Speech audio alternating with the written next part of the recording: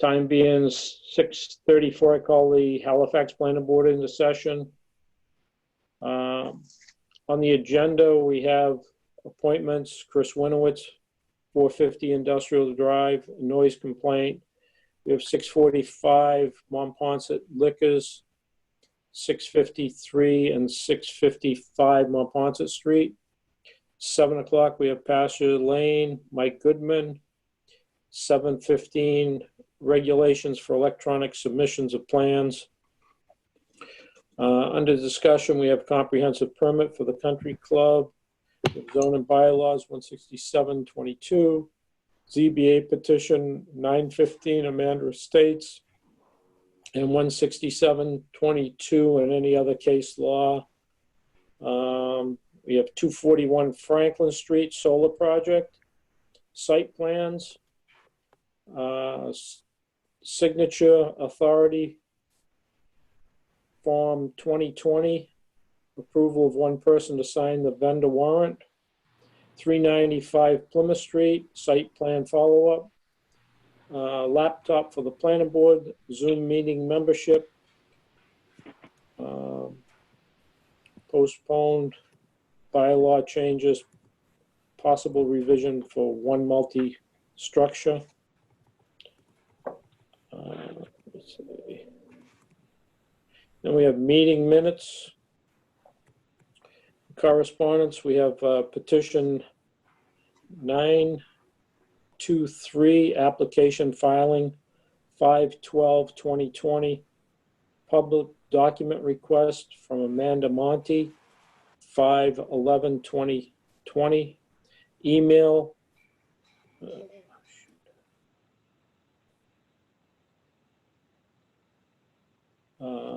Email to the Board of Selectmen, request to be added to the agenda. Letter to 450 Industrial Drive, memo to the building inspector, 395 Plymouth Street, email to IT and Charlie Seelig, response for the laptop and Zoom membership. Notices from abutting towns, Bridgewater, East Bridgewater, Hanson, Middleborough, Plimpton, and Pembroke, OCPC, agendas, notice and decision letters from the Zoning Board of Appeals and Conservation Commission, any other business, any unscheduled business following the posting of the agenda. Do I have a motion to accept the agenda as read? I'll make a motion to accept the agenda as read. Is there a second? A second. Ashley is a second. Yep. All those in favor? Aye. Aye. Aye. All right, so we go to Chris Winowitz. Is Chris with us? Yes, I'm there, Gordon. Okay. And we have Pledge Tree Service with us. Yes, Mr. Gordon. Thank you. There's Carlos. Welcome aboard. Yeah, thank you very much. Gotta love computers. All right, so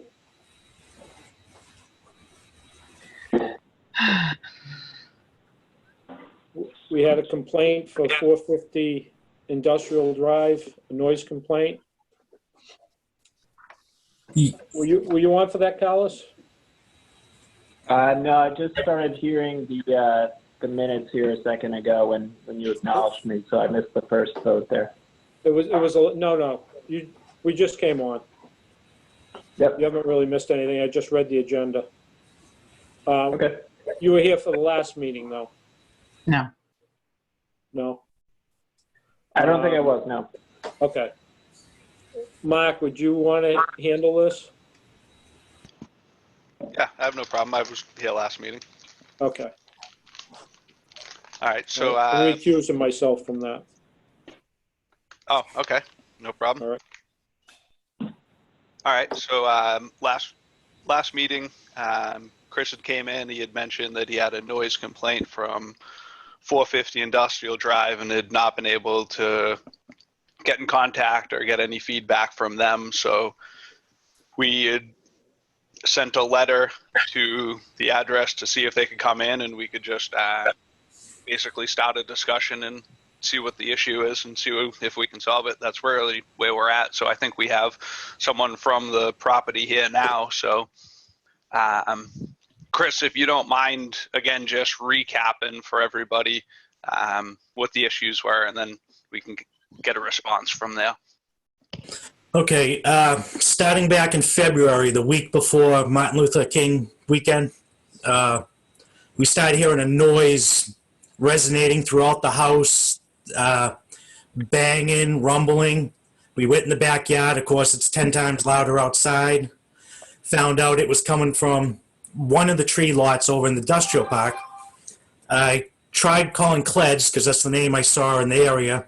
I got a secretary and explained, I wanted to speak to someone, trying to be nice as a neighbor, that hearing the noise and stuff. And the lady told me that it's not their yard. There's nothing operating there. And I'm like, well, I can hear it. I can see it from my backyard.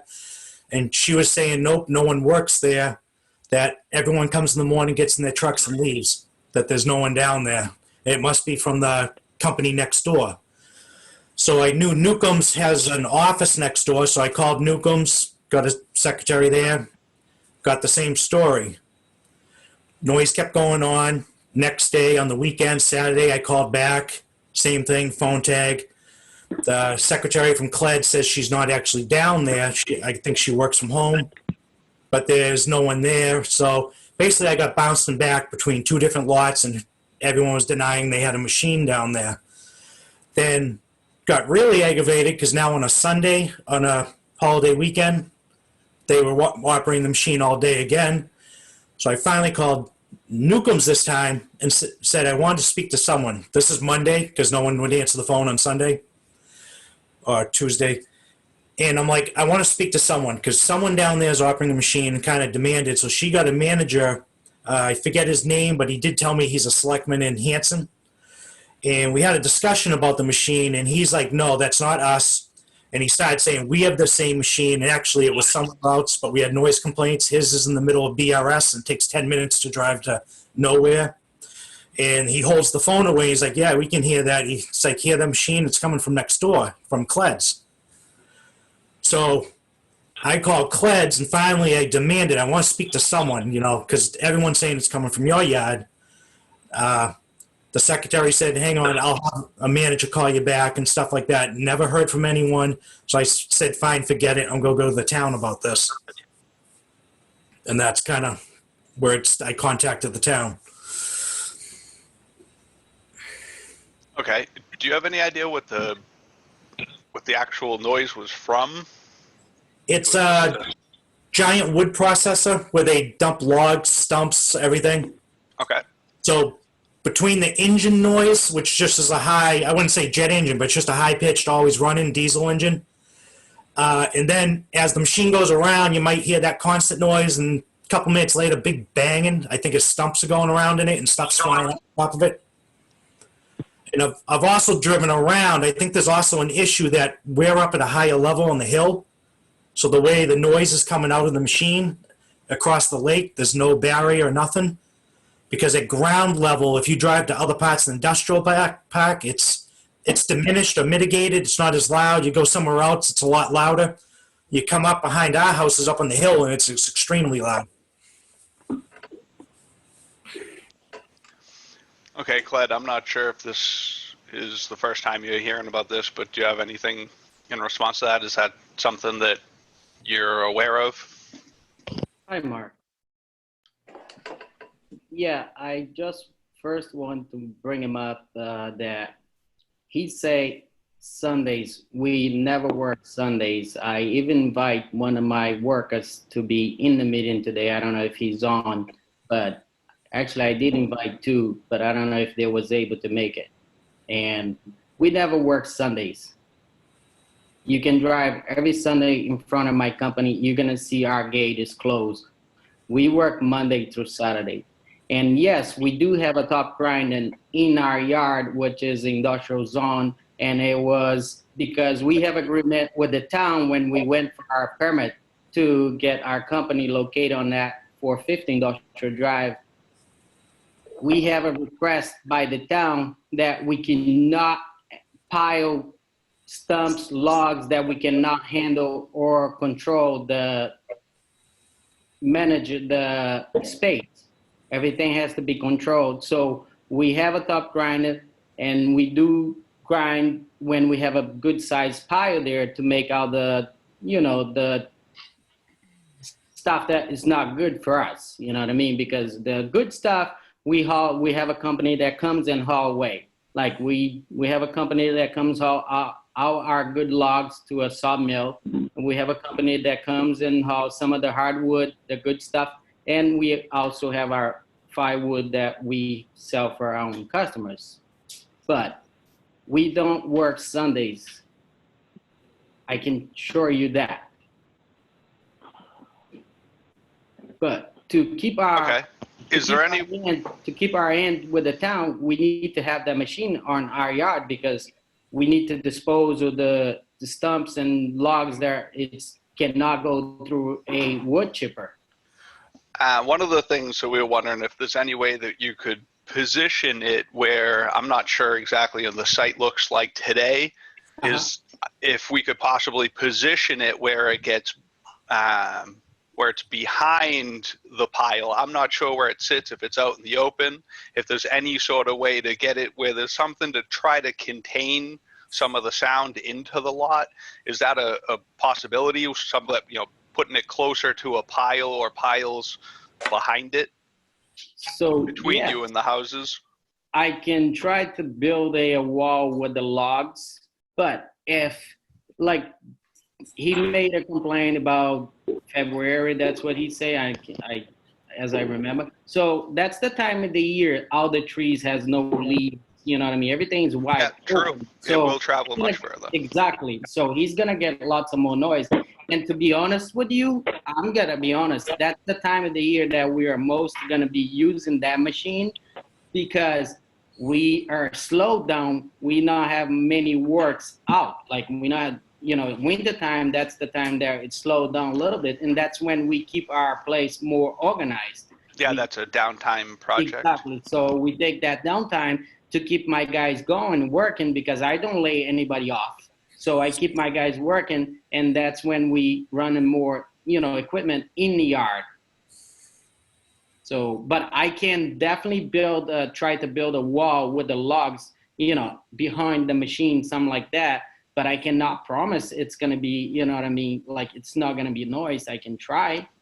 Yeah, that's what I was hoping for, is just, some sort of effort to try to contain and, again, another, just to make note as far as like the Sundays would definitely be a no. It sounds like that maybe there was a confusion on the day or whatnot, but as long as we can all agree going further that wouldn't be happening ever again, I think that's another issue. Well, I did get it on video and pictures that Sunday they were operating. Because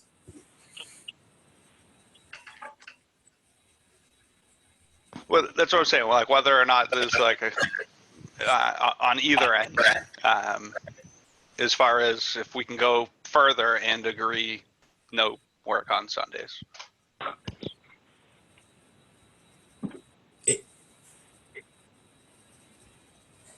And I can say because we're on the hill, there are no trees. There's no leaves because they have it directly on the property line where the blue power tension wires are, the high tension wires. And from there, it's a lake, and we're above all that. And there's not many trees because Morgan's is behind us. So even when leaves come out in the trees, there's no barrier. Plus, I think it's louder at a higher level. And that's originally what I tried to contact the company, because they have that 40-foot pile of chips. I was like you were talking about, whether it's logs or chips, if that was between us and the machine, if it would mitigate the noise from the frequency coming this way. Yeah, I think it's worth a shot if everybody is okay with it. If they could try to reconfigure that, we can try to break down the noise and, see if he's not going to be at it again until downtime in the winter. But maybe we can address this again later, put in an effort to try to contain the sound and see where we're at afterwards.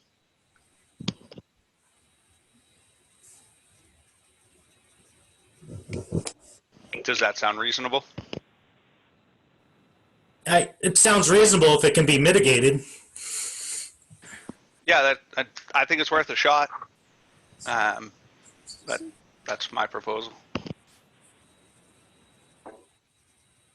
But yeah, I'd be willing to go along with that if it can be mitigated. But if it can't, then we'll have to follow up on it. Yeah, I agree. Follow up on it how? Like, it's an industrial area and he has no right to do it. DEP noise is considered a pollution under the laws, and yes, they can create noise on their property line, but once it leaves the property line over to residential or nearby dwellings, there become all sorts of rules involved. Yeah, that's why I think we can put in an effort to contain it and see how it works. In fact, some of the Mass DEP rules, it can't be above 10 decibels above ambient noise level, and some of that measurement's done at the quietest time when usually done at night. Plus, whether we say Halifax doesn't have a noise bylaw, there is in the bylaws, there is have to do with noise. I think it's 167.9.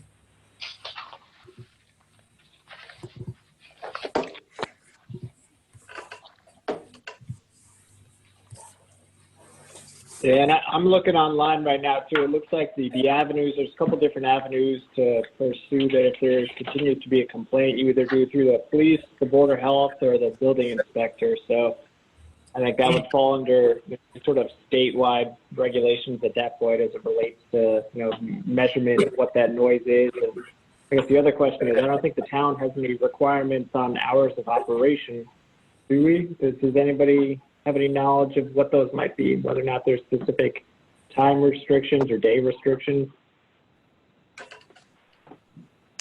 I believe in the original permit, I would have to check that there is something about the stated hours where to be Monday through Saturday.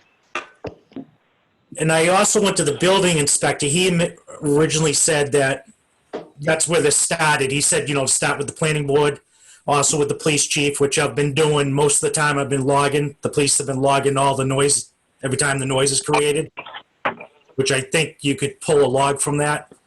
Well, I'm thinking that even we may not be the authority figure on this at all. You may have someone else. I just think that this is still a good way to stop. Yeah.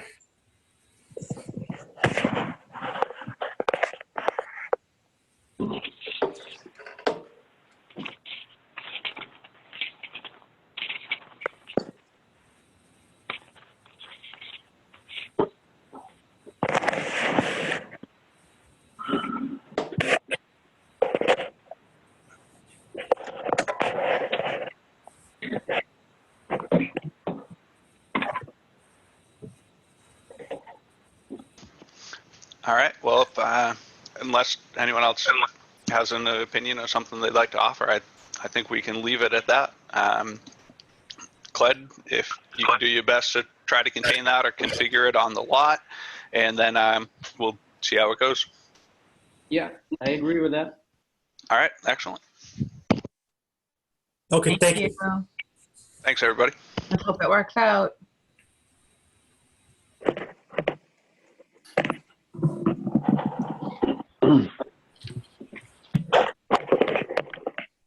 Okay, come back in. Time being 6:53. Do we have anybody from Monpont Liquors on with us? Yes, everybody, this is Lawrence Gogarty. Good Hey, evening. Lawrence. Hi. Does everybody have a copy of that plan now? I'm looking at two sheets. One is looks like a hand-drawn sketch with a yellow and a blue highlighted area, and the other one is kind of an off-white sheet that has the ARC Consulting business card attached to it? Yes, that when we spoke a couple of weeks ago, you didn't have either drawings, but what you wanted to see was the site plan, which shows the property lines, the building location, and the parking area. I think Mark had indicated that what I was asking for, because Carlos, I don't think you were on at the last meeting. I was asking for a waiver from the, from the formal site plan review process. And again, just to, if I can bring you up to speed, all the work that's happening on that building is on the inside. We're not expanding the footprint of the existing building. We're putting, we are doing a new roof, a new rubber roof, new HVAC equipment, and then interior alterations. So, Carlos, I'm not sure if you're familiar with the site on Route 58 as you headed towards Hanson. Is it right on the Pembroke line there? Right in the Hanson line. It's right yeah. on the Hanson line. So this is a larger building that used to have a restaurant portion. Basically, it had been unused for a while, vacant for a long time. So they knocked down a certain portion, and now they're looking to expand a little bit of the liquor store into the portion that remains, and then just do some work on the expanded liquor store. Actually, Mark, if I can just offer this, if you look at the architectural plan, it shows the liquor store. I think that is outlined in blue. That is going to be the liquor store. The area or the space on the left is going to be used as, if you will, overflow kind of storage for the liquor store.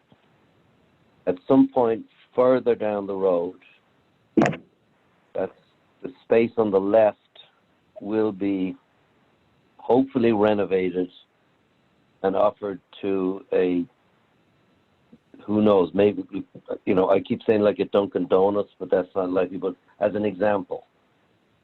But the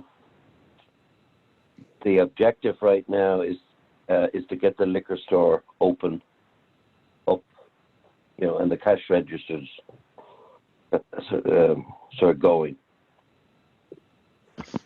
Yeah, that's what I got the impression that, this is hopes to improve the current business with the hope of improving later in the future. Yes.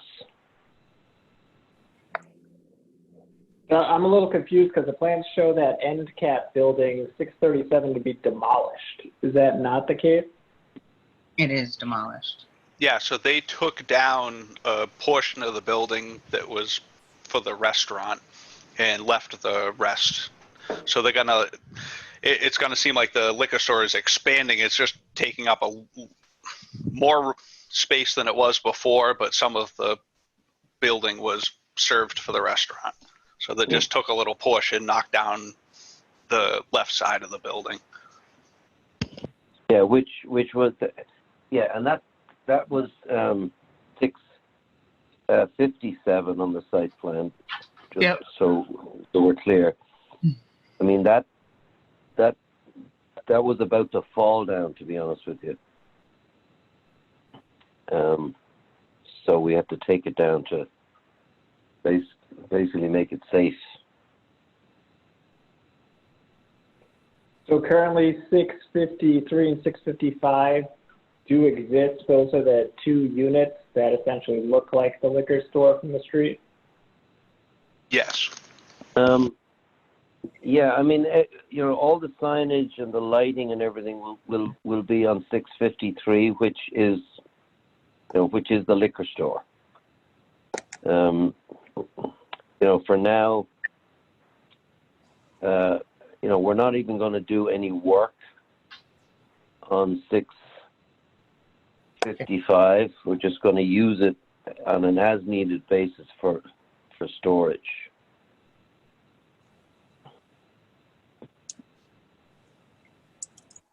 So you're not even going to do any exterior facade improvements or anything to make it look like one building? That has not been sort of contemplated yet. We're really focusing on the exterior in terms of getting it weather tight.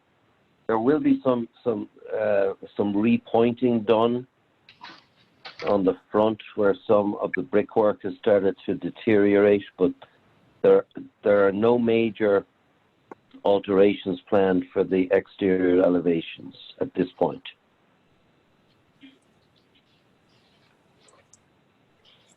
And it sounds like the only exterior renovations are the roofs of both of those buildings, 653 and 655. Correct. And the only interior renovation.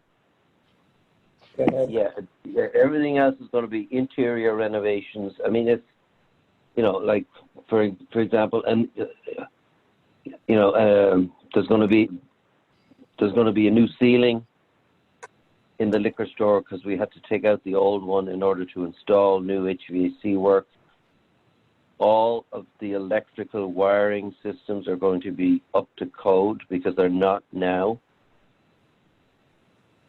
I did meet with the fire chief and the building inspector there about 3 weeks ago, and we walked through the building and picked out where we needed exit signs and emergency lights and that sort of thing, which is basically for public safety. But otherwise, the interior work is going to be mostly sort of cosmetic. Now, the other one thing I should add is that if you look at the wall on the left side of 55, yeah, on the plan, so that used to be an interior wall. Since 657 has now been removed, that needs to be reframed, insulated, plywood, and vinyl siding to make it an exterior wall. So that's part of this portion of the scope of work. okay. And that in and of itself will be an improvement.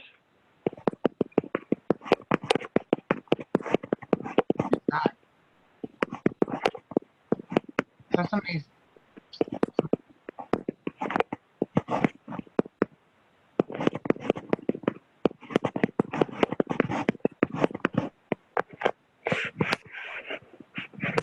You guys hearing that tapping too? Yeah. Well, I was just saying, what is that? Is that somebody typing? Not me. I don't know. Okay. So then I guess from a regulatory standpoint, are you in front of us because this requires site plan review approval? What's the trigger? Is there a formal application or a request in front of us? Well, I'm before you because Rob, in order to kind of dot the I's and cross the T's, had said that I should at least run this by you on a formal/informal basis. You can see, if you look at the front yard setback, it's only 18 feet. So that makes us a pre-existing non-conforming structure because the required front yard setback is 50 feet. But we're not making it any more non-conforming based on the fact that we are not expanding the footprint of the building. Yeah, I also think it's an improvement by removing the parking area from the front. Right. Yes. And as you see again, I show a no parking area. I will make sure that we put a sign kind of on the right side of the building in front of the first handicap spot. We will have a sign there that says that there is to be no parking in the front of the building. Are you gonna write on the tar like no parking fire zone or a fire zone or anything like that? I can do that if that's what you would like me to do. I would be happy to do that. I thought a sign right there would help. Probably. Since breaking old habits, you're gonna have a lot of old habits. I hear you. Yeah. So, what about signs? Are you just sort of replacing the size of the sign that's there? Like, what do you got going on with that? Right now, there are no plans to replace any of the signage. There's a simple sign that is illuminated on the outside that says, what does it say? Is it Monpont like it? twin? Yes. Mm-hmm. So that'll say the exterior lighting will stay in the windows on either side of the door. There's a bud and a bud. Bud and bud light. Kind of a neon sign. Yep. On the inside. Mm-hmm. When I was there the other day, somebody stopped by and asked me if I would sell them. I said no. So no, there's no major. Well, I should say major. At this point there are no plans to change any exterior signage. Okay. And parking. How many employees do you have? And what is the square footage of the building? The square footage was 1160 and 2700 storage. Is that correct, or is it 2700 including storage? It's 2700 is the entire footprint of the liquor store, and 1160 is the area of the retail space open to the public. Okay. So, number of employees. Now, first of all, I'm the architect here and the construction manager. I'm not the owner. Sorry. Yes. Okay. So I'm representing the owner here. Okay. In terms of number of employees, I've done work on his store in Hanover. At a max, there would be 2 at a time in the store.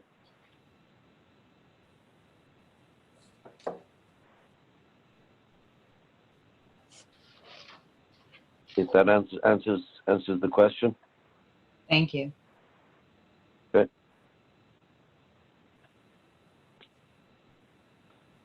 One space for each 2 employees.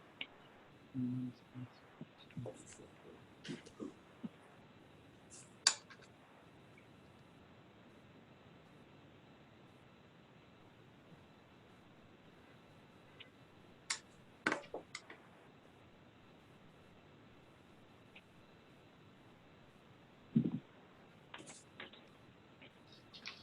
So just my 2 cents is that I'm looking at the site plan review requirements, and I don't see anything in there that would rise this project to us needing to act in any way on a formal site plan application. Agreed. I thought it was just more of a informal discussion. Yeah. I wasn't looking to, I don't think a full site plan review is required in any way. It's certainly not necessary. I think the cleaning up of the parking lot is another good attempt, and hopefully everything goes good for him.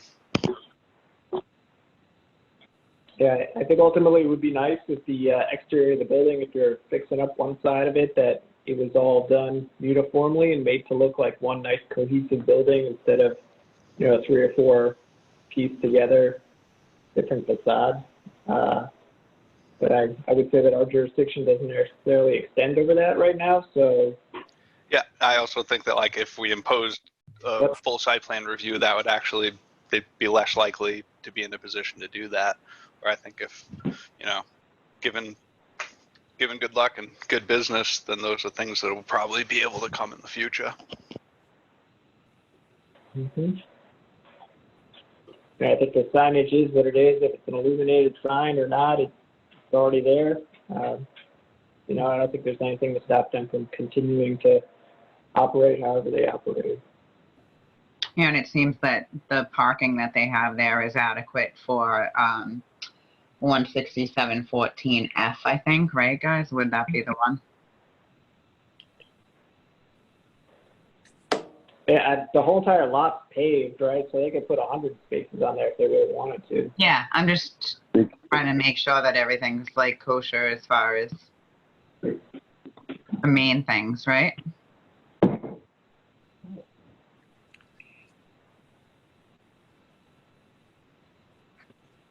Ashley, you have anything to say? I do not. I don't think we need to continue forward with it. Okay.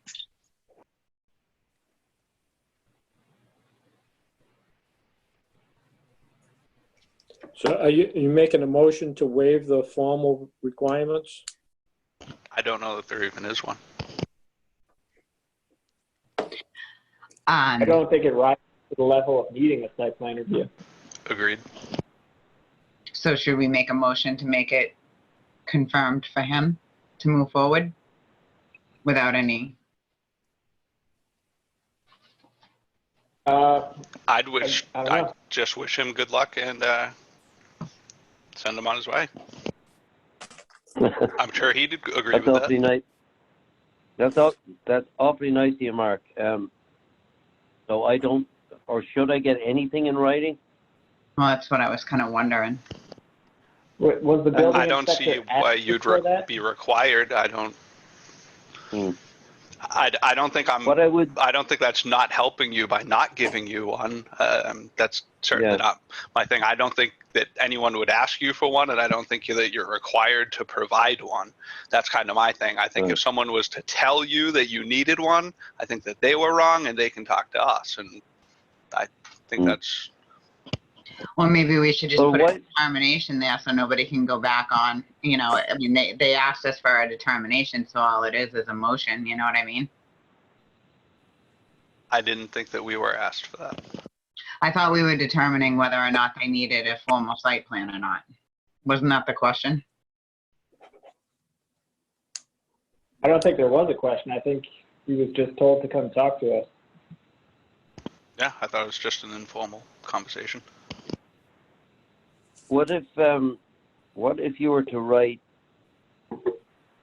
me an email saying that you have determined that a formal site plan review is not required based on the information that I have given you? Would that be okay? Yeah, and then that way it would cover you so that you didn't have anything happen. Seems pretty simple. Right. Anybody else? Yeah. Ashley Gordon. I've recused myself. I own property that's across the street from it, so. Oh, I didn't know I you did didn't that. hear that. Okay, sorry. I mean, I don't think there's an issue with sending some sort of letter back. I mean, we had all these emails back and forth just saying that we don't see a need to go forward with, we don't see his need for the planning board at this time in the project.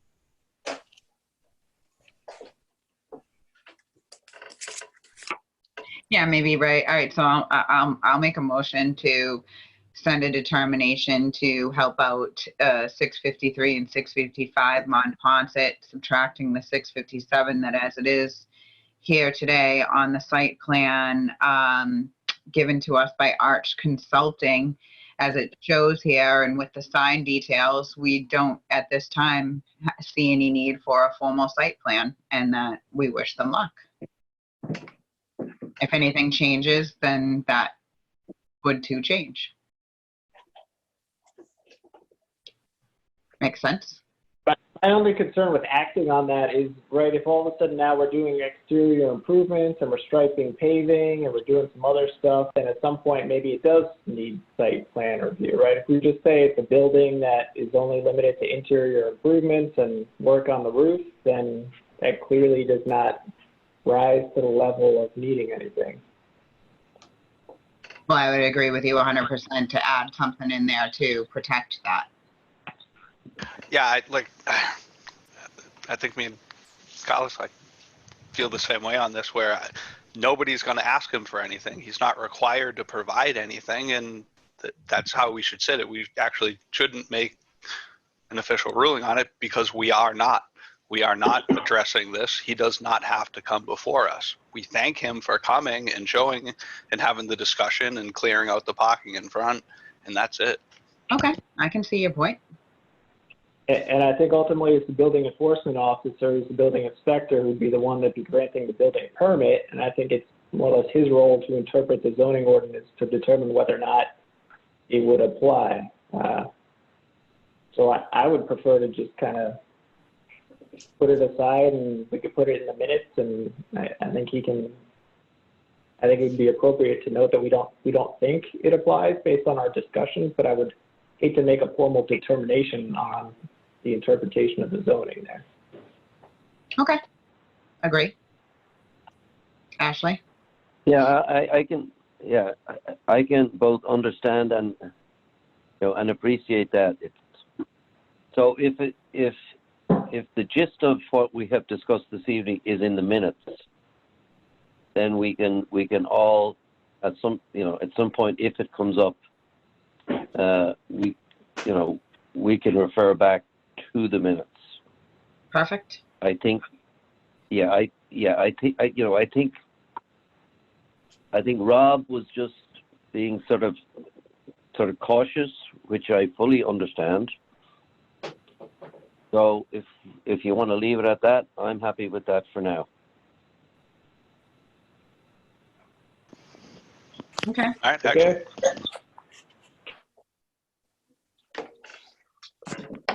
Okay, moving on. All right. Thank you for your time. Good luck. Thank you very much, everybody. All right, good luck. Again, thank you. Bye-bye. Bye. Now we have, next on the agenda was Pasture Lane, Mike Goodman. I did talk with him. Was not going to make the meeting this week. He can make the next meeting that we have. So I would say this is starting to feel like the same old thing, that's all. That's what Tina was When afraid you of. spoke with him, Gordon, did he provide any insight as to what was going on? The last I spoke to him, he said that his lawyer is trying to get the lot back and get things squared away so that he could move ahead on getting that. And I said, well, could you give us something in writing saying that? Yeah, I'll try to get that to you, but here we are and there's nothing here. So I again said to him, Larry Mayo is going to keep moving forward with the lawsuit if something doesn't happen really soon.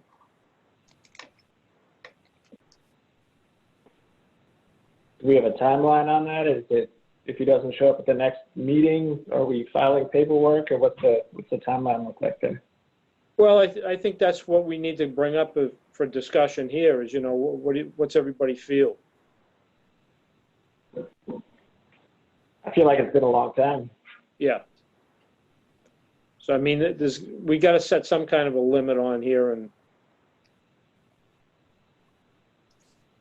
So I guess what could Larry do? So let's say we wanted to have File that be the lawsuit. timeline.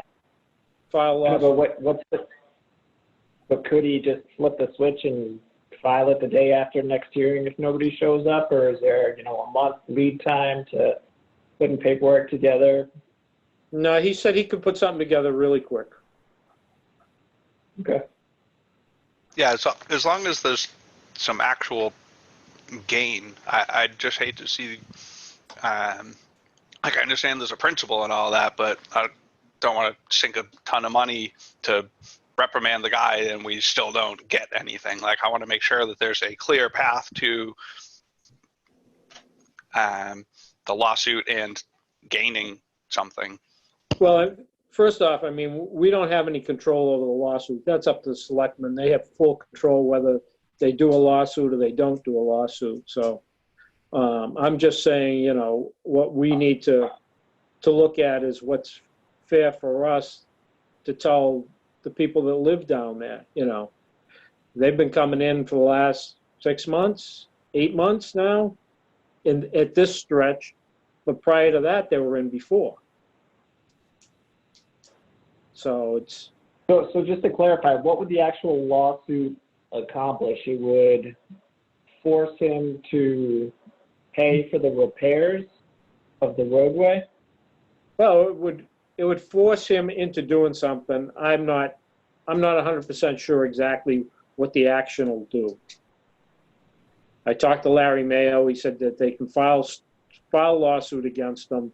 If they get judgment, then they get a judgment of the money against him. But the money, he doesn't actually owe the town any money right now, right? He just owes the responsibility of building the road. So sequentially, would we need to build the road first and then essentially sue him for the town's cost to build the road?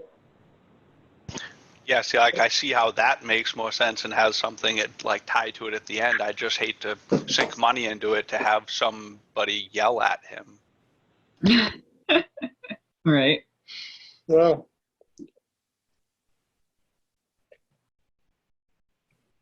I mean, I would ask Larry Mayo to come in the next meeting, but ultimately, it doesn't make sense to bring him in and spend the town's money to go through that either, unless.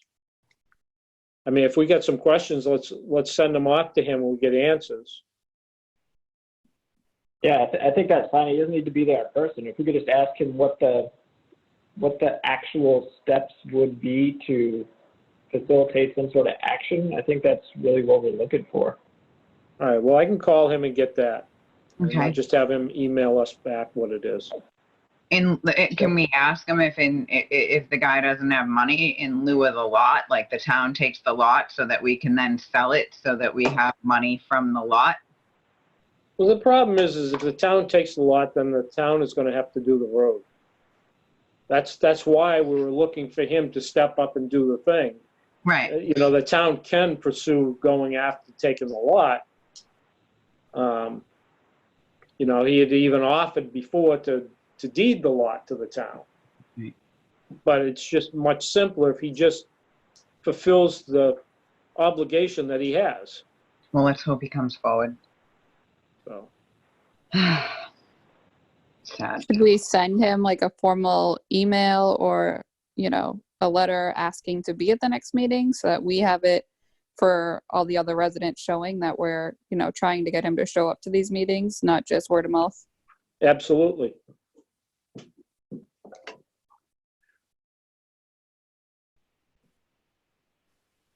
So do we need to motion that? Or Yeah, why don't we put we'll do up the language right here, what you want to put in it. I mean, we should just put that the planning board is requesting his presence to discuss the ongoing project of Pasture Lane on whenever our next meeting is and whatever time works. We would have to talk with Joanne about that, about what, I don't know if there's anything on that schedule yet or not, but schedule a time and set an appointment with them. Set it for June 4th? Yeah.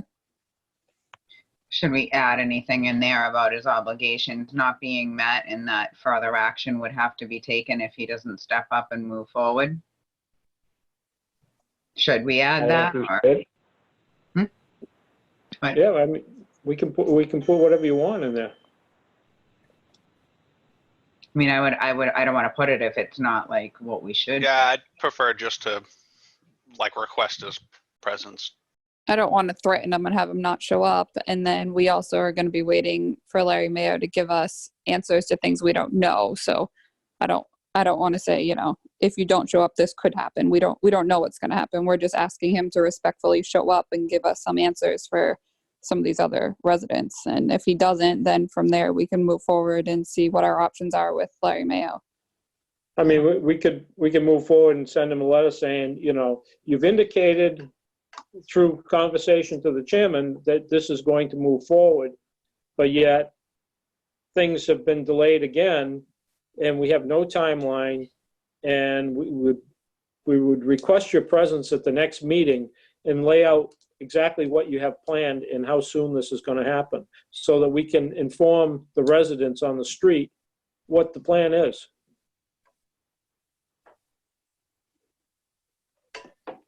Okay. So I'll Yeah. second the motion. There's a motion. Seconded. I'll second that.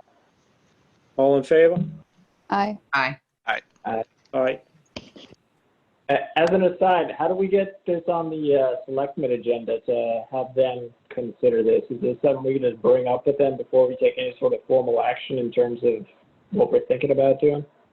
Well, I think they're really on board. I mean, Charlie's been talking with Larry Mayo about it, so it is on the radar to move forward with it.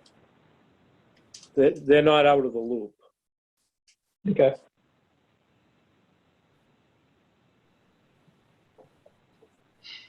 Okay, and then the next item we had is regulations for electronic submissions. Yeah. Did we have an So email? our last meeting, Carlos, I mean, you weren't here, but we were talking that we feel like we really need to have a regulation stating that we need the documents submitted electronically. And I know that you do that through the company you work with. If you have any suggestions. Yeah, in terms of sample language or just what we would be looking for them to submit? Like what Like we a format for plans. Yeah. Yeah, I think everything being submitted in PDF form is probably the easiest way for everybody because most people are putting them to PDF before they're putting out the hard copies anyway. So if we just ask for, along with the hard copy, if they could just email somebody at the town either a link or the actual documents to the electronic submission, I think that would be helpful. I think Because- providing a CD is kind of antiquated technology. Because what we don't want to do is email the whole drawing, right? No, we do. We want everything. But I mean the file. Yeah, we don't need the CAD files. We just need the PDF version of the plan. So if there's 10 sheets, we want all 10 sheets electronically.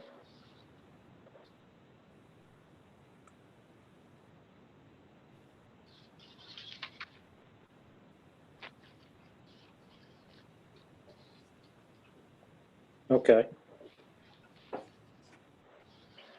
And I did talk Right? with. We just Go ahead. go ahead.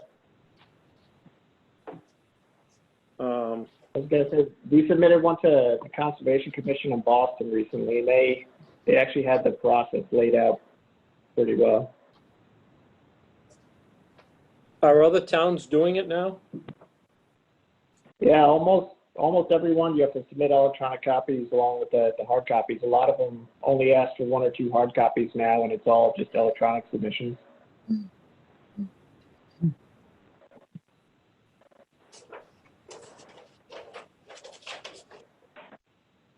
Because between the departments, we could just email them back and forth.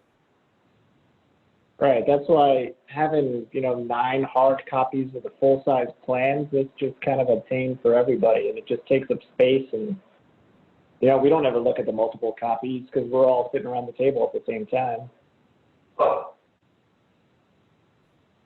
Oh, we used to be.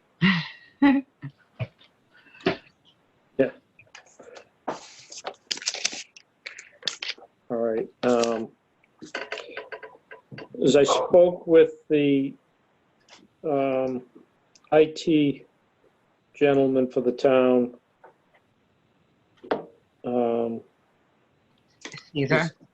Caesar, and he said that that's something that he was looking at as well, because I guess the server should be all set up to take that stuff and be able to store it as well. So he's working on whatever it is we're going to need for that too. Yeah, that would be great if we could all access it there in one central location and the public could access it as well. Yeah, that would be great if we could make that happen. Because that's kind of his job, is to oversee all the IT, so he said that's something that he is working on. But I was just wondering, as far as the submissions of, what we should be asking for. Gee, you're I think we should just check. maybe 1 or 2 hard copies? Or should we probably should 3 hard copies?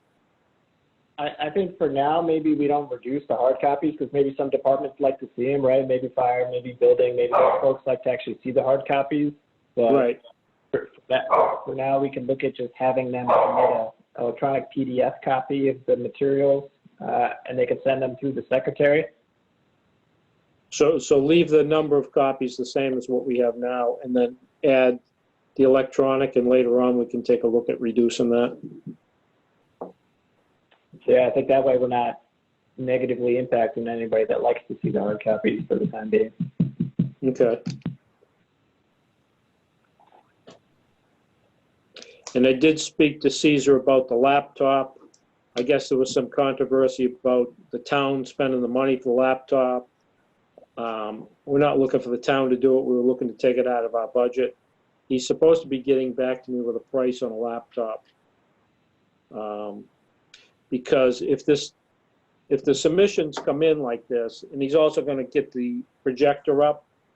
So if the submissions do come in through the electronic, we have a laptop, we can have that on the table, and we can pull up the plans and put them right onto the projector so everybody in the room can see them as well. That's awesome. Yeah, that'd be great. Because we got that screen and the projector, let's use it, right? That's it.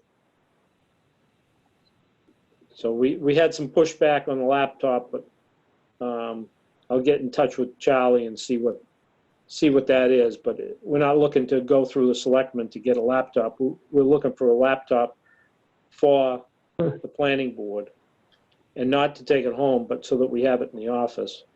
But if we did have a laptop right now, where Joanne's working from home, she could have taken that and used it. But he wants to make sure that the laptop works with the system that he's got, and they have some kind of he was explaining to me, some kind of a plug-in where you plug the laptop in for the cables and everything. Yep. So he was trying to make sure that all the laptops that they had were compatible, which makes sense. So we are still working on that. So I think that takes care of the submissions. And we had comprehensive permit that hasn't come up. Zoning bylaws are down the road. Continued. The 167-22, we haven't gotten a response back from the selectmen. 241 Franklin Street, the site plans. What was it we were looking at for the site plans on that? for 241. We were looking to make sure that the updated site plan was in the files, and that a note that it wasn't subdividable would be put in there. All right, I can stop into the town hall and pull that out and see what's there. And it should be in all of our files: zoning, board of health, planning, and the building, so that it's all together, and that way it protects the abutters who were worried about that lot being subdivided in the future.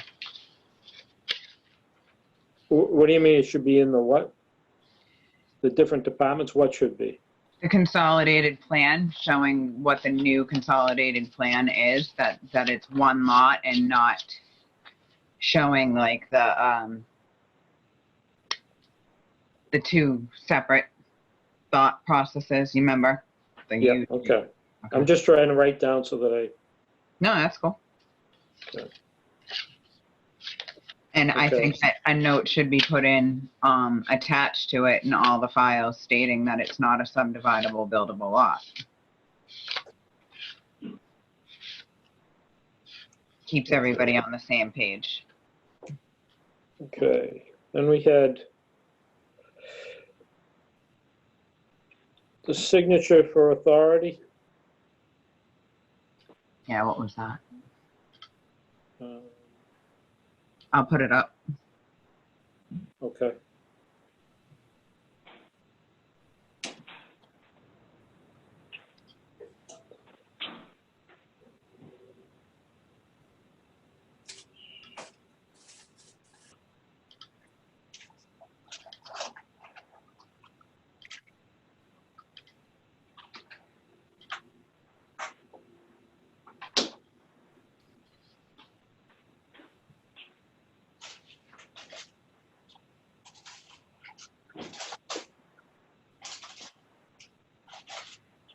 Is this what you're talking about?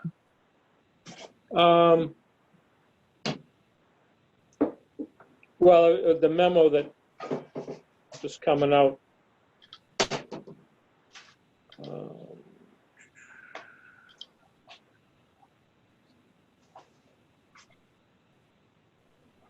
So,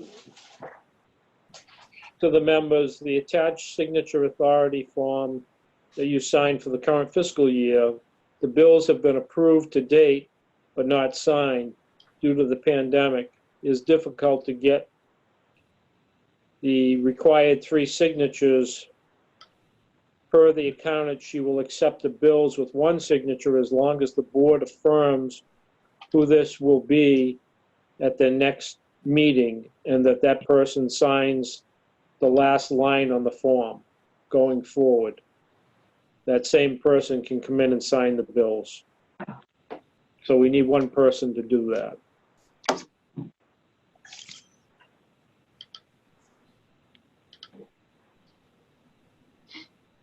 If the board wants, I'll do it. I don't mind doing it. I'll do it. As long as it's, so it's, as long as we have affirmed that at a meeting, then 1 person goes in and signs. Yeah, this will be the person that goes in to sign the bills. All right, I'll take it. I mean, once we get back to our regular meetings, then we'll just sign the bills like we normally do. Okay. But during this time, Yeah, it's much easier rather than coordinating with 3. That way Yeah. we can move them along faster. okay. So do I have a motion? Should I make it? I'll make a motion that I will go in and sign bills that have been affirmed by the planning board. Is there a second? I'll second that. All in favor? Aye. Aye. Aye. Unanimous. Okay. What else do we have?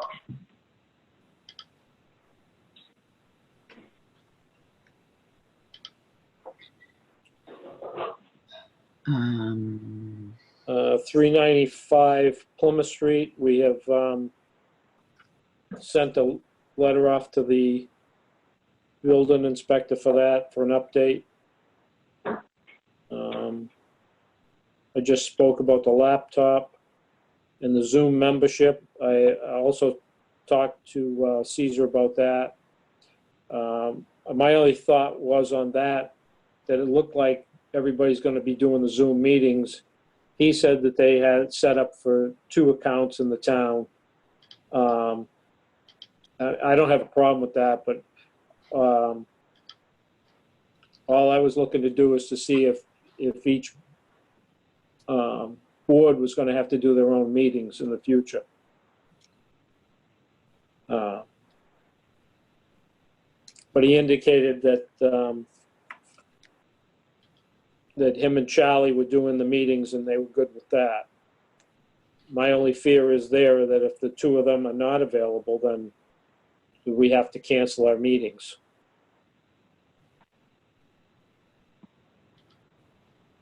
How much does each Zoom license cost? Do you know? I think it was like $15. Per meeting or per what? No, I think it's, I'm not sure for the license or for the, is it a permit or a license to have the meeting? Are we talking about the Zoom, right? So let me get. Yeah, yeah.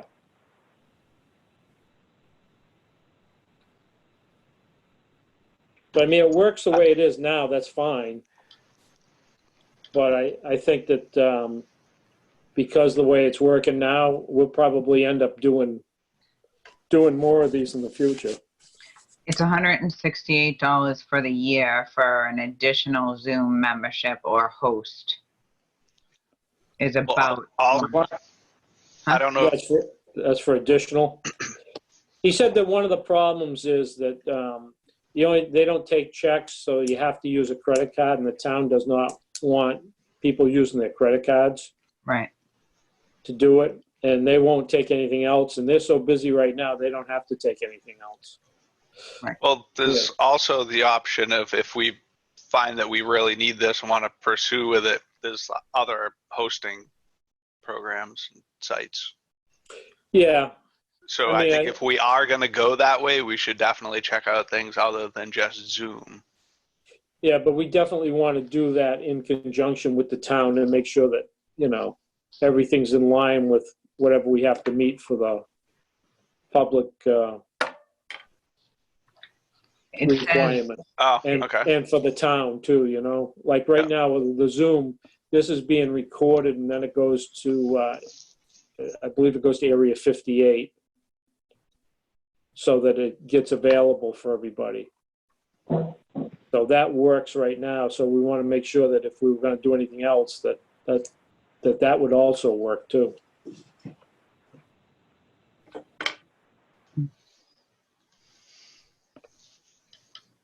Okay. We have any correspondence? I actually received some correspondence this week for the planning board.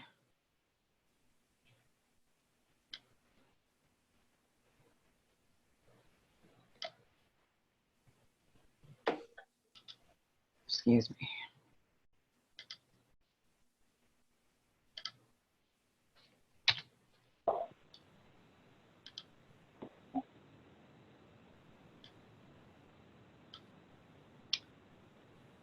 I'm trying to make it so that I can show it to you guys. Okay.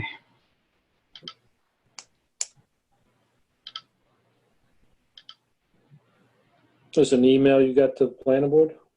Yeah, they sent it to Amy Troop's planning board address. I'm just trying to get it on screen share, sorry.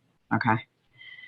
So this is just email correspondence asking to be on the next agenda to ask some questions. It was in regards to Pine Street North. It says, "Hi, Amy, I realize we are probably too late for tonight's meeting. When is the next meeting?" The questions are, who would he see to get a letter of determination that this lot is buildable? My seller's attorney has determined it's grandfathered already, but assuming they'll still need a letter from someone. And 2, who needs to determine sufficient width and grade? And 3, any info on the water line that was brought to Paradise Properties lots, like can it be extended to this lot? These are main questions and maybe a time frame to get these. I think this should be done before spending money parking septic design. Thanks, Larry. So he wants to go on the next agenda? Please.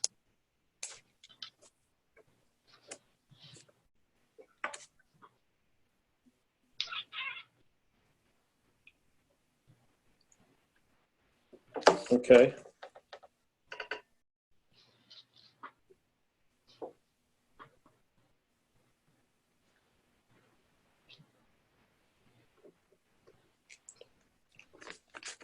Do we have an email with other correspondence? Let me see. Oh, I think so.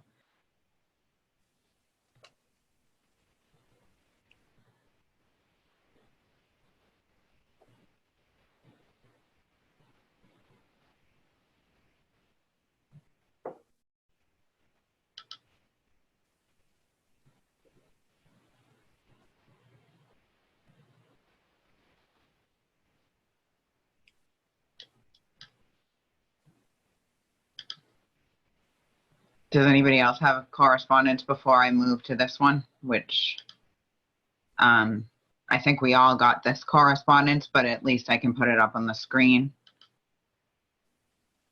Go ahead. This is the party trust number 923 planning.pdf from Drohan, Taccio, and Morgan. It says it was delivered email and hand delivery to Barbara Gaynor. It's off Elm Street, map 15, lot 13, and lot 6, map 14, lot 9, application for special permit. Dear Ms. Gaynor, this office represents the party trust with respect to an application for a special permit in connection with the above referenced property. Enclosed for filing, please find the following: 4 copies of the application for hearing for a permit, 4 copies of application for permit, 4 copies of the certified plan of Amanda's estate dated July 10th, 2019. It looks like it means to say prepared by Webby Engineering. Certified abutters list. Please note this was requested May 7th, 2020, and a check for the fee was provided to the assessors. The assessor's office sent the certified abutters list to the planning board via mail on May 11th, 2020. See attached email, and 6 fee of $196.80 and $100 application fee, $84 advertising fee, $12.80 for postage fee. Thank you for your attention on this matter. And then it goes on for an application for a hearing. So I'm just reading this, and I don't. That's for special permit? Yes, application for hearing for a special permit.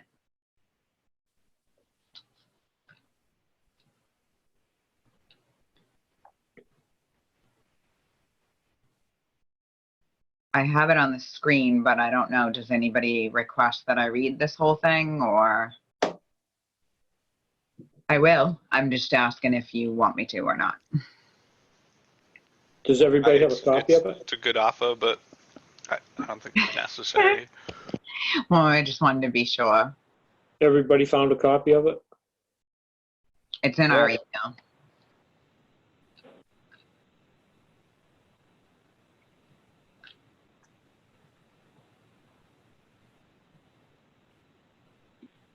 So we'll have to set a hearing date for that.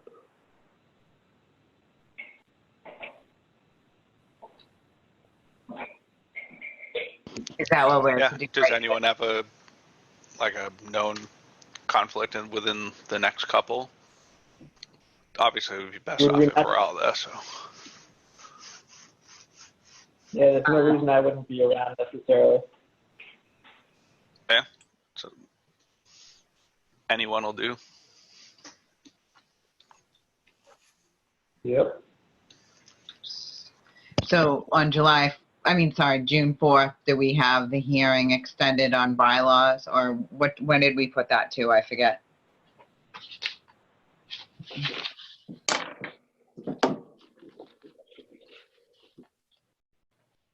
Anybody remember? I don't remember. I'll look in our minutes. Joanne just messaged the earliest Oh. meeting this can be is June 18th. Okay. Oh, okay. Oh, The thank you, advertising and Joanne. everything. Thank you. Yeah, good call. I know, right?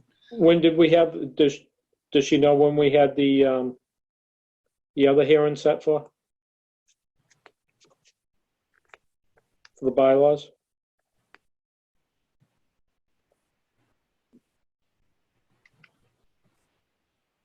June 4th Okay. at 7:15. Oh, thank you.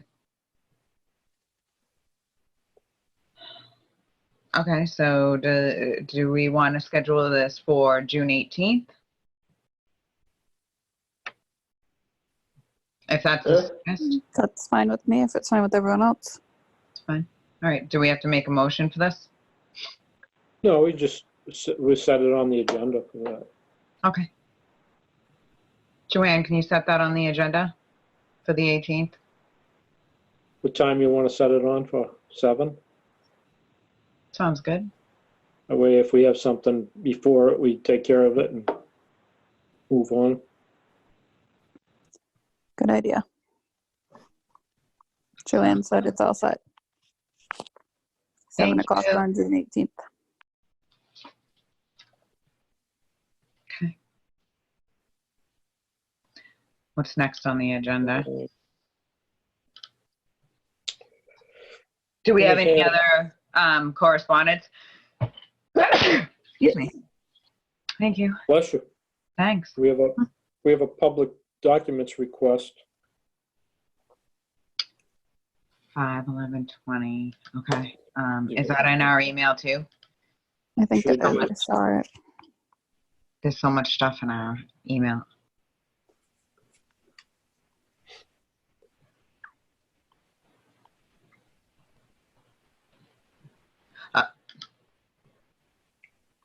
It was from 5/14. There's 2 parts, but part 1 was sent on 5/14. Oh, so I have one that says May 11th. Am I I on think it? that's when she sent it to Joanne, but I think Joanne sent it to us on the 14th. But yes, Amanda's was Oh, sent okay. on the So I 11th. should share. So I should share that so we can talk of it. Yep. Okay. Thanks.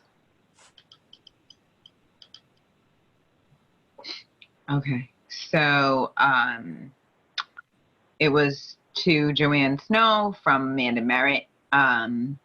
Sent Monday, May 11, 2020, 11:54 a.m. for a public records request. Hi, Joanne. I'm requesting to obtain copies of public records for the following. The letter from the Board of Selectmen to Planning Board regarding the Planning Board's request to meet with the Board of Selectmen, who proposed the agenda for map 95, lot 9 and 10 and 11A Street for May 7, 2020.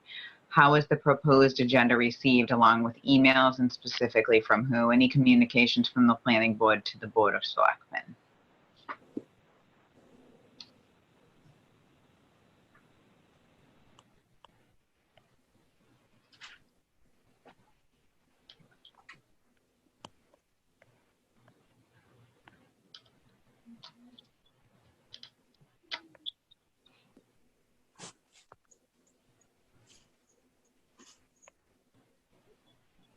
Okay. Okay. We'll answer that.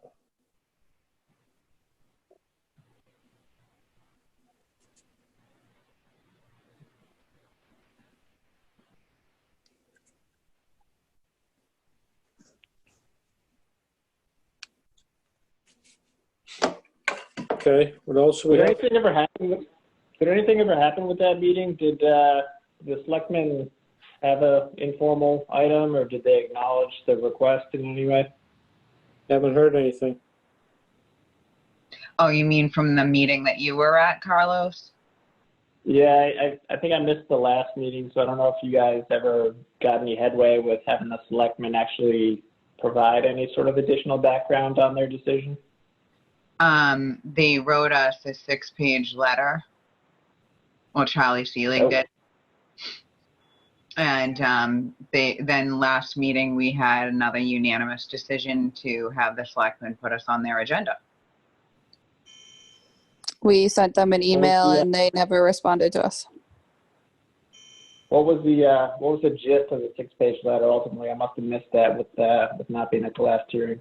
It was a lot of stuff. It went on and on and on over like the past year and a half of like town meetings and different ways people voted. It was a long pledge thing, a lot of slinging stuff and unnecessariness. I mean, I don't know what needs to happen if there's a unanimous decision by the planning board to meet with the selectmen, and now it's been 3 times we've requested they should put us on their agenda. We're an elected board. They need to hear us. Was the gist of it that they felt that it wasn't worth engaging an attorney to continue moving forward with any sort of discussion on the item? Well, unfortunately, Yeah, so it was like the denial itself went into like a bunch of stuff, and that's really like what it came down to. It was, I'm not sure like what all of the different things said because it was like a couple of pages, but it was basically saying that they're not in support of the appeal. Okay. but that's not where we left it. We made another vote at the last meeting that we want to be on their agenda. That the feeling is that they can't just deny an elected board who's asking to meet with them. Yeah, so I'm still not sure because like you guys did meet at one point, I guess, but like I'm still not sure if they're just refusing to hear anything about the appeal of permit 915. I believe that's the number. I'm just not sure if like that is the thing, like if they're just not willing to discuss that, which like I get, or We never met with them. Yeah. Oh. Amy and I went to the meeting to hear what their response was going to be to us asking to be on the agenda. And they kind of glazed over it. And then we got an email from Charlie the next day. There was no discussion. They didn't allow us to talk about it. Yeah, like that. All right, that's so. I like again. I still don't know if they just didn't want you to discuss that particular issue. Like, I don't get it, but I don't understand why we don't have an open line of communication at all. It would be pretty just simple to get on their agenda. Maybe we should try a different way. Instead of asking to get on their agenda, why don't we send them a letter asking to be at our next meeting and be on our agenda and see if they show up to discuss this with us? Because clearly multiple emails and tries to get on their agenda didn't work. So I think maybe we try to lend a friendly hand and ask them to come to our meeting. But is now the point of the meeting just to have a conversation, or is the discussion still about the permit? It's about the following of 16722. That's what it's about. It's about the bylaw. Right, it's not about the No, permit. my understanding is we were asking them just to expound upon their decision to not engage the attorney because they made the decision and they just refused to discuss why they made that decision in more detail. Right. So we wanted to talk with them about why we were denied access to town council as an elected board on something we felt we deserved to talk to town council about.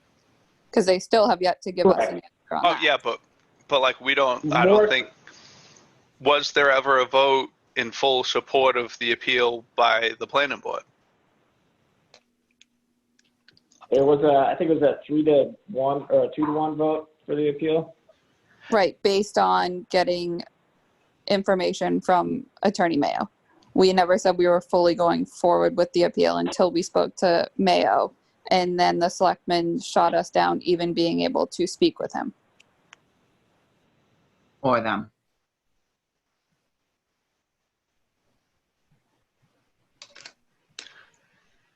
Well, I am not in support of the appeal.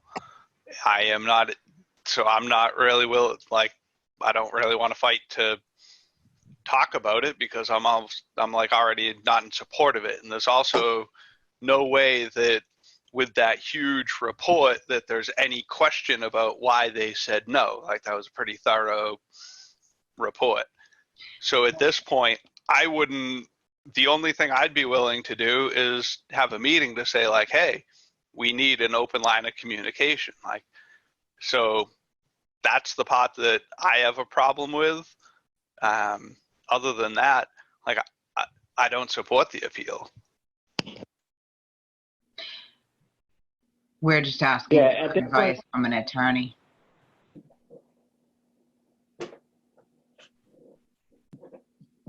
We have the right to discuss. We're an elected board, and they can't just deny the elected board. And you did say that you wanted to get on the agenda by a vote at our last meeting, so that's still what we want to do. However, I do like Ashley's idea of having them come to ours then. I do agree too. I mean, backpedal to what Mark was saying. I think a lot of the confusion we had the last meeting was there was some stuff in that letter that we would have had no knowledge to unless they had communicated it with us. So back to having open lines of communication, I think it would be great to speak with them and even go through a little bit of that letter and say, well, we were unaware of this, or it was never given proper information to us, or if we're even supposed to have that information. But if we're not supposed to have that information, I think it needs to be known that the reason why we were asking these things is because we didn't have that information from the selectmen. So back to the lines of communication, I think there's no reason why they shouldn't be speaking with us anymore, or at all, or in general, or allowing us to get on their agenda. I think we've asked now 3 times, 3 of their meetings to be on their agenda.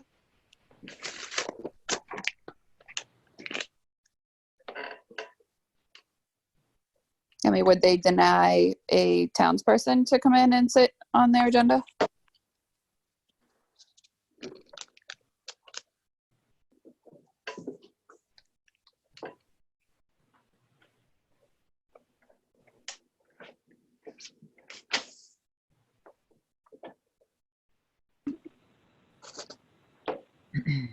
So where do we go from here? We already have the 3 requests out. There's an email that's sent out, right? That's where the communication comes from, or? No, the so I guess the question, without having read the 6-page letter, did they say everything that they're going to say in person in that 6-page letter regardless? well, there should be a discussion back and forth. Why do we only get their side? Well, I think they got our side, didn't they, when we requested for the opportunity to speak to the attorney? But they didn't come and ask us why we were requesting that and why we felt like our rights were violated as a planning board. They never even asked us what our thoughts were on it. They just automatically said no, and then didn't give us a reason why saying no until we then asked to be on the agenda again. Then they had Charlie send us that email. So they've never Charlie- even heard our thoughts on that. So Charlie wrote it. That's not our selectman. I think our thing is just having an open line of communication going back and forth. And even if at the end of the day there's no appeal, great, but they need to hear what we're thinking and how we feel. That's their job as a selectman, to support all boards, not just support one board or over the other. I'd like to add that it's our job as the planning board to make sure that all the bylaws are followed and that this is what we're elected to do.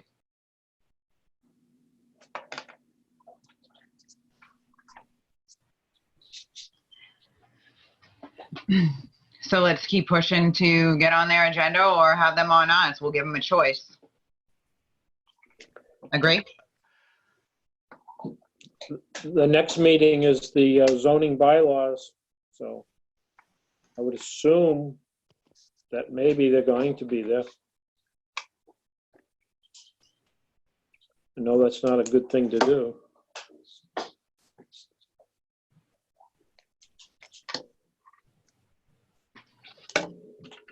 Well, let's be polite then and say at our next meeting, we want to discuss this with you. Please join us. Do you want to send a letter to do that? Yeah, maybe a letter would work better than an email that maybe gets lost, because there's tons of emails going around, especially nowadays.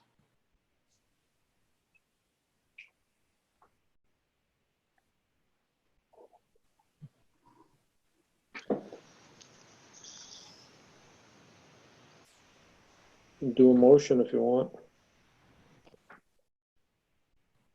I'll make a motion to write a letter to the selectmen to reiterate 3 times asking to be on their agenda to discuss 16722. And are we asking to be on their agenda again, or are we asking them to come to our next meeting? Why don't we give them a choice? Say, you can come to our meeting on June 4th. We'll schedule a time before the hearing, or we can be on your next agenda. Why don't we give them a choice? Maybe it'll be better that way. Who's transcribing the letter, Joanne? It has to be a letter and not an email.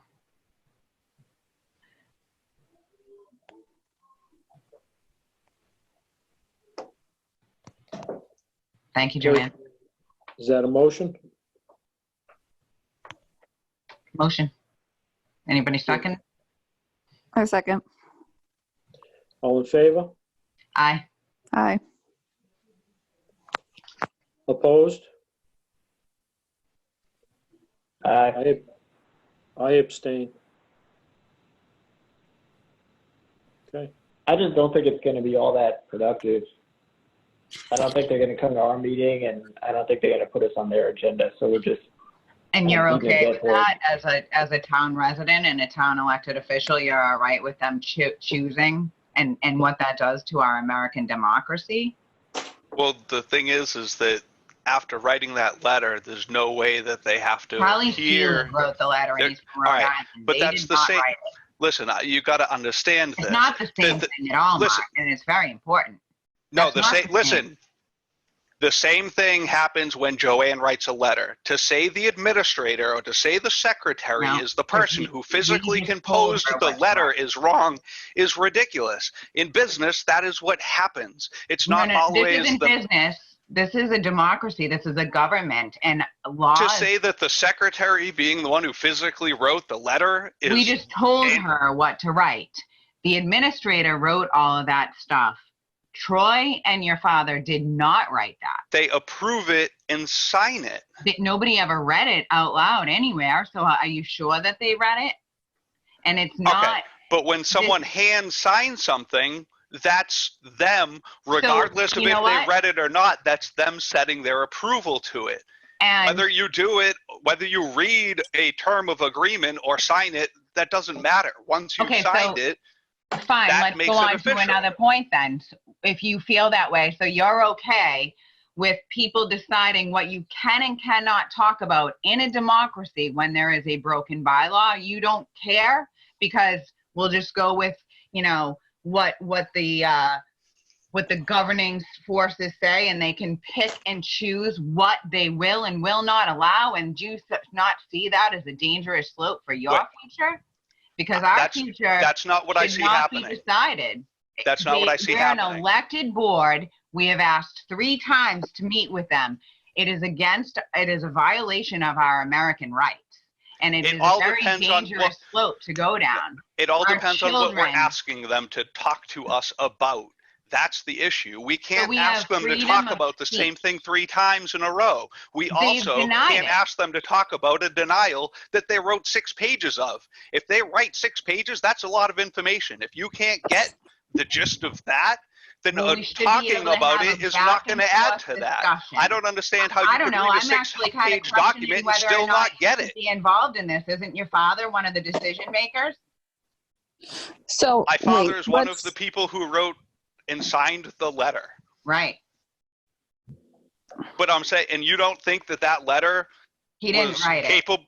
You don't think after signing that letter was capable of clearly identifying why they declined it and denied? We asked it? to be on their agenda, not to have them just shove down our throat what they think without hearing back We are an elected board. It is a dangerous slope, because I'll tell you, if you felt this way about something, then you would, because I've heard you say before that our laws are not sacred, and they are there for a reason. So they are sacred and they should be followed. They're not there just to willy-nilly there, and there. They're there to be followed for certain reasons. Yeah, that's exactly what's happened so far. We actually asked for an appeal to the right people. The right people denied it. Those No. people Those also people should gave a talk reason us to deny because it. the request was not to receive a letter. The request was to meet with them. That's What are they afraid of? What are they afraid of? The whole thing that I have said repeatedly is that we have to be clear on what we want this conversation to be of. I So, have Mark, stated Mark, repeatedly I'm not having a 167.22. discussion about the appeal. I'm So- also not having a discussion about the denial. The denial is clear. Flat out, every single law should be, law should be followed, and that's what my agenda is. So Because Mark, it's- last meeting, you agreed with us to try to sit in front of the selectmen because we were having issues with our lines of communication, correct? Agreed.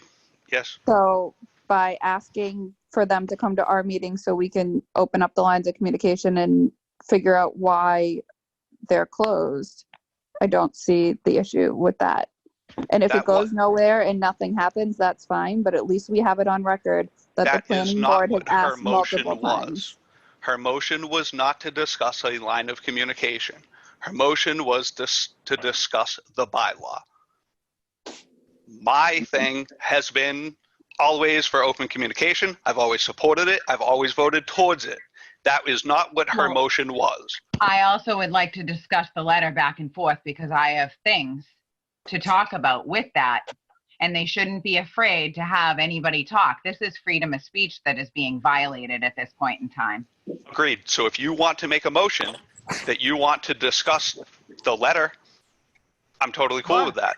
I think that it That's would not what actually you made a also motion entail for. the whole thing though, Mark. I mean, the letter is regarding the whole entire thing. So Well, I think we just need to make a motion to talk to the selectmen about an open line of communication and be able to discuss the letter so that we can have open communication about how we feel from the planning board side perspective, not about the case or the appeal or anything else like that.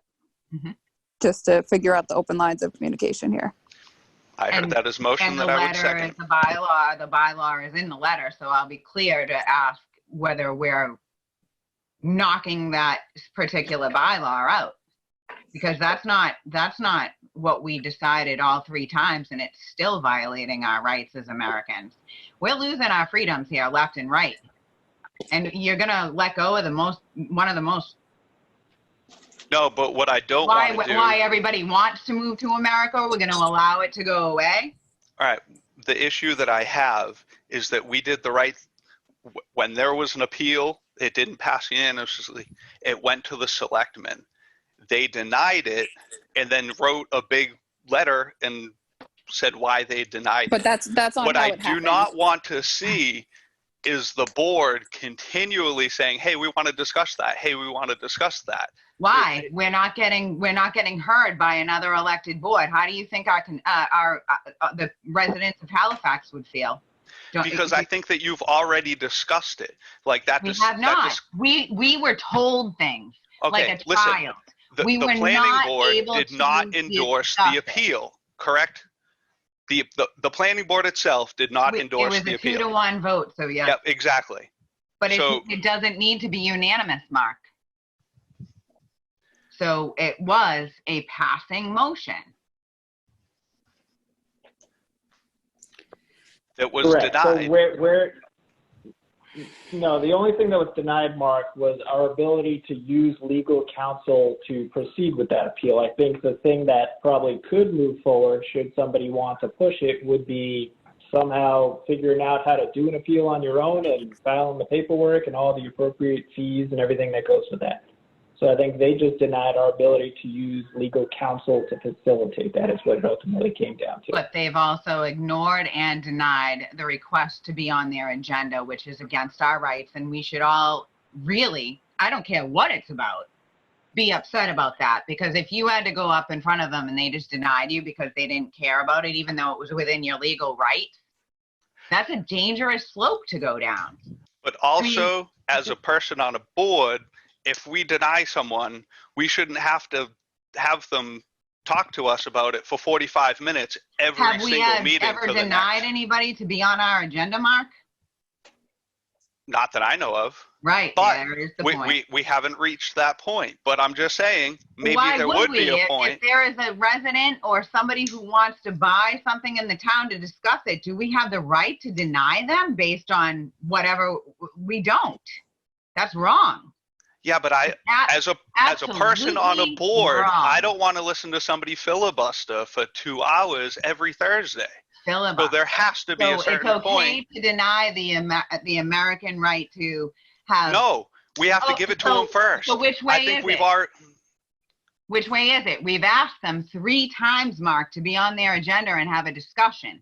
To That is- discuss something that that is you've already violating- discussed. No, because we haven't discussed it with them, and that is Yes. what we have asked them to do, and that is The- our American yes. freedom of speech. We're elected officials, and they do not have the right to deny us to be in front of them. That is violating our freedom. But don't you understand, by making that No, I appeal, don't, because I know the you. All United right. States So I'm going to explain it to Constitution- you for you. When you submit that appeal, that is already allowing the selectmen to know how you feel. You don't have to tell them because you sent them an appeal. So they know Mark. that the position of the board is to appeal this. Mark, So that's therefore, crazy. you've already informed them of your Did position. your dad write that down for you? Are you reading that? You shouldn't insult me over this. I'm sorry, not very but cool. you know what? That's American. That's an American freedom. You voted for us to sit with them last week or 2 weeks ago, whatever it was. It is against our freedom of speech. It is against all the ways our government works. It is not okay. They can, if they are fearful for having a conversation, I want to know why. I'm saying, as a member of the board, I shouldn't have to defend myself repeatedly. Well, I Numerous should have times. to defend myself because you're sort of on If that same period. they and wrote you telling a me I'm 6-page filibustering. Are book. you kidding? They We wrote asked you a 3 times. 6-page book, and you want to ask them more questions Because- about why they said no? I don't think Because she wants we to ask have- questions. I think she wants to explain her thoughts on it. And I think back to last week, Mark. And she should, as a person, as an individual, she should go there.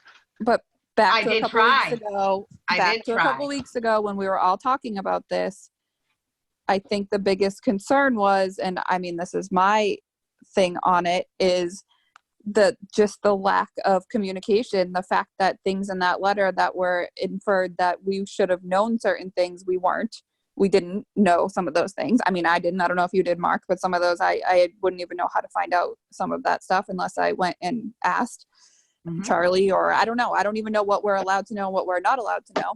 But the bottom line is I think the communication sucks. And I think it's crappy that we're not able to ask these questions that we have. You know, one of my questions is, well, how would we have known, or how do we find out how much money our town is spending on a specific lawsuit right now? How would we have known that? It was in that letter. Was I supposed to know that as somebody on this board? Did you know how much money we were spending, Mark? I don't know how the board would know that. I don't know I how wouldn't. anybody would know that. So my concern and what I wanted to address with the board was not the fact that my concern is that we're not communicating properly as boards between each other. There's no reason why a selectman nor any board should deny any other board getting on agenda. And I understand, Mark, you saying they've already said no to the appeal and it's this and this. And I agree. You know what? We can't beat a dead horse. The appeal is clearly not happening for whatever reason. And we have it noted that we tried to, be on an agenda for that purpose. But neither here nor there. So the next time our board has a problem or something we need to go for the selectmen for, are they going to acknowledge us? Are we going to be allowed on their agenda? Yeah, Is there information we're supposed to have that we don't have? Because there are things in that letter that I questioned, like, oh no, are we really supposed to know this? Because I don't. I bet So you my I bet you questions there's are information there that normally we wouldn't have, if you know what I mean. Yeah, I mean, There's like probably stuff that probably isn't really that $100,000 on a public, or lawsuit. stuff that we would have never. If the circumstances were different, we probably Right. never would have been that. But Right. I also don't understand what you guys think that I'm against. Like, But I've no, been I don't so think you're for against anything. I've been I'm so just for this open conversation. The right. only thing I'm not against is beating the dead horse. But I have Right. always been open for conversation. I'm not saying you're against anything. I'm just trying to confirm that at the last meeting we all agreed the reason why we wanted to be on the agenda was to have an open discussion and be able to open up the lines of communication, because Totally clearly agree. it was shut, and it's been shut a couple of times because the process of how this had happened got misinterpreted from the beginning, when all we were asking was town council, not for the specific appeal, because we had asked based on town council. Then we were denied that, but we were never given a reason. So we asked to sit on their agenda. Then we were denied it again, and then given a 6-page letter. So I think the problem was, or what could have solved this whole thing, was when we submitted that, the selectmen could have, one, asked why we felt this way, or whatever, pretend that they're all mighty powerful and they don't have to ask us our feelings and opinions and they just get to say no. Fine. Then say no and say, this is the reason why. Why ask us? Why make us have to ask 3 times to come forward and try to get on your agenda? Are you, I'm just confused why there was no communication from day one. Why did it have to get this far? It shouldn't have, I guess, is my concern. There's just no communication, and I don't think that's fair as an elected board, not a appointed board. Like I said, I agree with the open communication. The thing that I disagree with is that 6-page thing didn't sum up the denial. That, like, I could see if you got a denial with nothing, but at this case, it's like. But that took 3 times of asking why we were denied to get that letter from Charlie. And I know you missed a couple of the meetings in the beginning, but that's the problem, is we had to ask multiple times to even get that letter. And then, not for nothing, but that letter was very spiteful and very jabby towards certain people. And I feel like it's because they were mad that we continued to ask when all we were trying to do is have a conversation. That's why I've supported, and like I said earlier, I thought that you had made a motion that I was going to support. And second, I think if we want to have a conversation about the communication, we should, as long as that's what we're discussing. Why don't we just use the motion from the last meeting and just push forward again? I would vote for it again if that was the motion. What were the exact words to that motion? Hold on one second. We have the meeting minutes that Joanne sent to us. Well, we don't really need to re-motion it. We just need to continue forward with that. That's all we need to do. Well, now Carlos is here too, though. So I feel But like we still do have that motion. No, what we do. I would make a motion. The motion was to send a letter to the valid. selectmen to open up a line of communication and welcome them to our next meeting. For what purpose, Mark? So, Mark, just so you know, and just because I'm reading it right now, and I just want to be open about this and have it here, according to our meeting minutes, we motioned to request to be added to the Board of Selectmen agenda to discuss the zoning bylaw 167-22, and we all voted in favor. Okay. That doesn't change my current motion if anybody wants to. Well, I would like to move forward with the motion that we already had and just use a different form of communication to get them there. I mean, I just feel like at this point, I mean, still my opinion. That doesn't. I can be wrong, but I mean, at this point, I think what we should do is just motion to invite them to our agenda. And you know what? If they deny it, I hate to say I'm tired of beating a dead horse, but that will just speak volumes later when push comes to shove and when we, you know.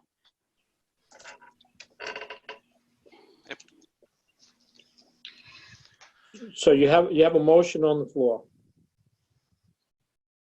That being my motion? Well, Amy's motion was made, seconded, and voted 2-1.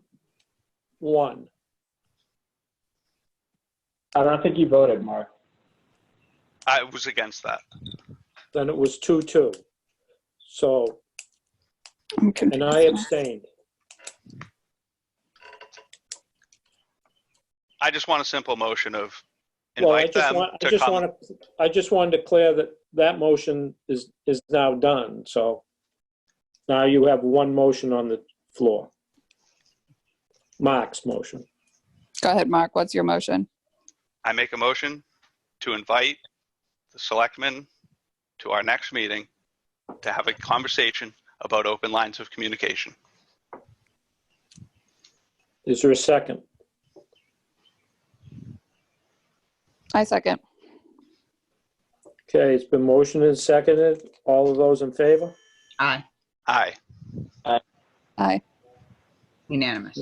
And I abstain, so that's unanimous. So I that's would think just to add on to 411. that it's, yeah, I would just add that it's important that we're not trying to get into the meat of the issue and trying to relitigate that particular issue more so than just talking about making sure that we respect each other's rights to be on each other's boards. Well, we do Right. already have a motion to talk about 16722 anyways. Do we? Yes. From last week, last meeting.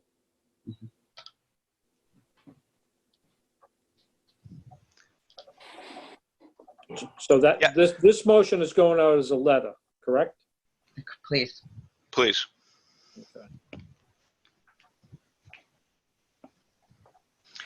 As far as the other open motion, the reason I'm not supporting it is I'm not going to do the exact same thing and expect a different result.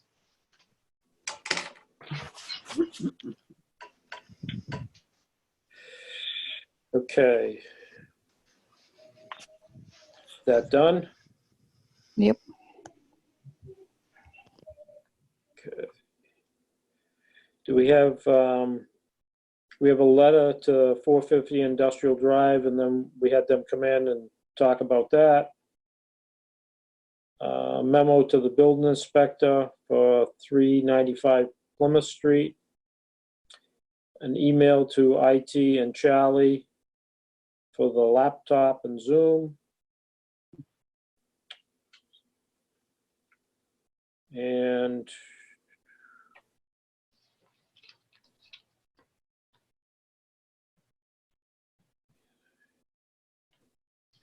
notices from Bridgewater, East Bridgewater, Hanson, Middleborough, and Plimpton. Do we have any of those?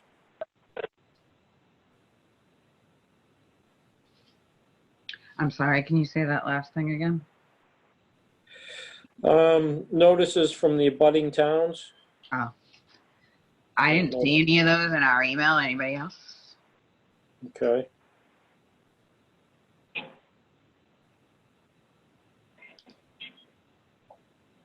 Okay, I had a request today from Maria Stina to put on the agenda 11 A Street at our next meeting.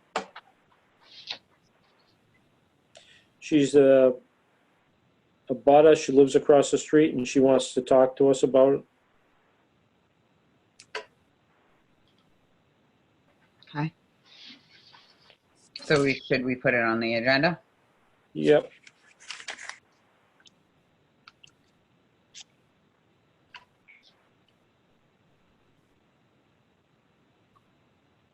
So that'd be June 4th.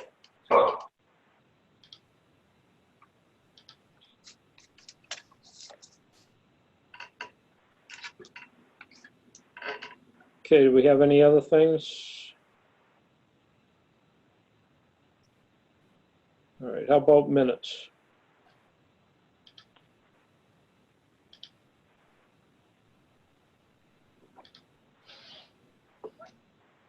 Um,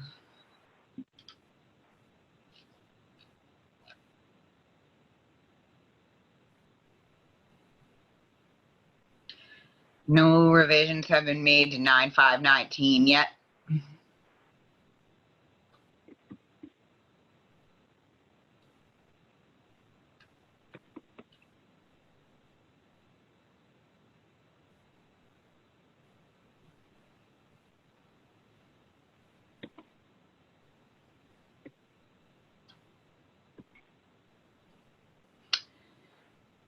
And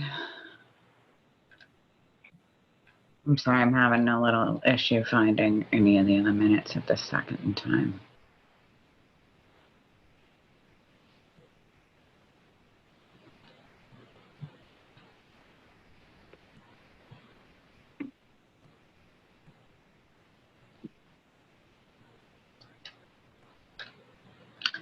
Anybody else looking in their email for the minutes? Well, I guess we can read the planning board minutes from 5/7/20. Does everybody see those? Is everybody lost and done? Should we put these for the next meeting, or not hearing anybody say anything? I looked at them previously, so. Okay. Email 6 sent Wednesday has all the minutes Joanne just said. Okay, thank you. So, what is One from September? That's crazy. Yeah. Well, they haven't made the adjustments yet. So we voted unanimously to have all hearings be verbatim. I don't know that we did we? Last meeting.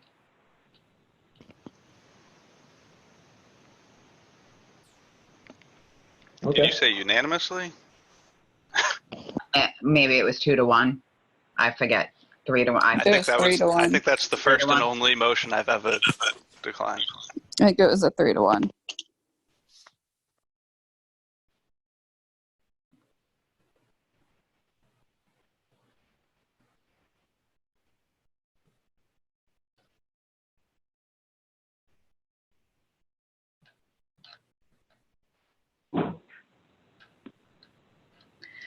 I request to go over these. I need to read these and look at these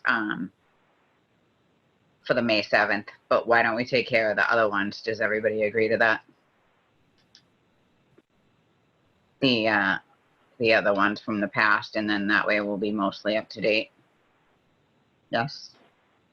Anybody? Do you want to review them now, or you want us to send them back individually back to Joanne? How are we doing that?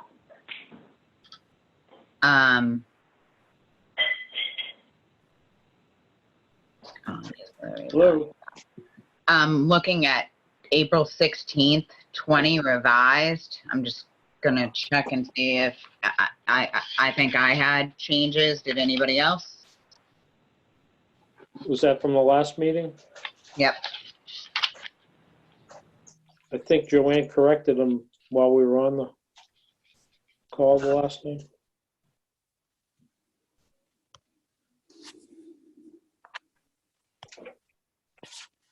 Okay. Yeah, I think 319 and 416 she revised during the last meeting for us to talk about. She did it while we were talking, so I don't have an issue agreeing for both of those to go forward. But It was 319 and 416. Mhm. Okay. Does anybody want to make a motion? When you're ready. Is this for April 16th? Sorry, I was reading it. Yep, it was March 19th and April 16th. We went over them the last meeting, and there were a couple of changes, but she revised them as we were reading it. Yep, got it. Okay. Motion to accept the April 16th, 2020 revised minutes. Okay, I have a motion. Is there a second? A second. All in favor? Aye. Aye. Aye. Opposed? Was I on that one? Yes. Suppose I agree then. Aye. You're an aye? An eye for an eye. Okay. So 416 and I can make a motion to 9. put 319. Did we do the two of them or just one? No, she just did the one. Okay, so now you're doing 319? Yep. Okay, I have a motion. Is there a second? I wanted to open them up. I'm sorry. Oh, okay. I'm looking for them. This was another one that you had made a couple of changes on, Amy, and she fixed them as we were talking. Yeah, I have my notes here. I was just opening it up just to check it out. Thank you very much. Carlos, you were on this one, but you were late to it. It was, and Mark was not here.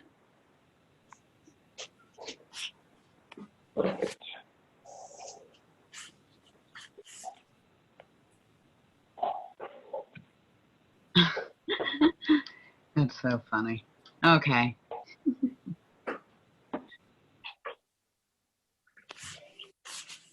Revisions are highlighted in yellow. Yeah. Right. Ready to go. Okay. So it's motioned. Is there a second? Oh,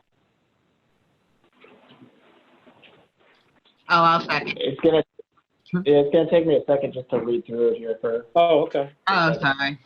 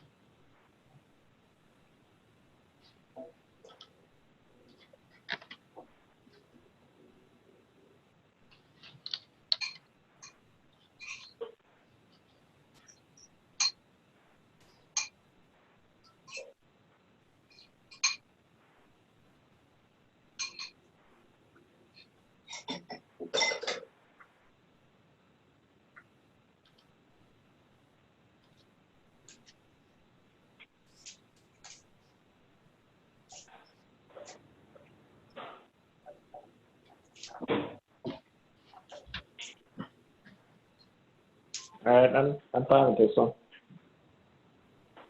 Okay, we have a motion seconded by Amy. All in favor? Aye. Hi. Aye, All right. passes. Okay, And then we can hold off on the May 7th. Do we have any others to approve? And then obviously we're waiting on the 5th still. Am I correct? Is that it? Yeah, 5/7/20, Joanne. I'm gonna read it over and push it to the next meeting, if everybody else agrees. I'm fine with that. Okay. Anybody else? Carlos? Oh, you don't. What are we voting on here? 5/7. Sorry, go ahead. We're not there. I'm just saying, can we push approving that one to the next meeting?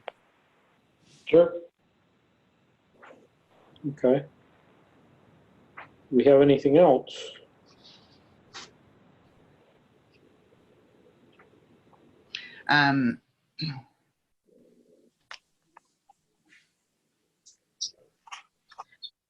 Joanne is saying that I said I would do them. Joanne, can you please do them, as that is the secretary's job? Sorry.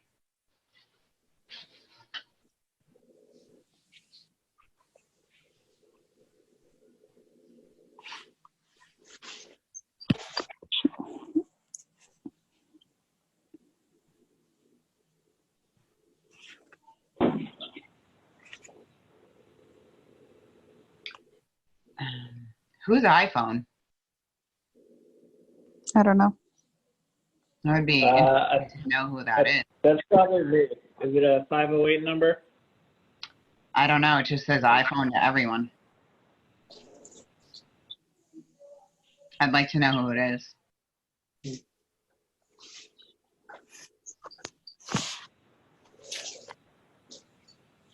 I don't know, I think my phone's connected to my ID somehow. Mine is too.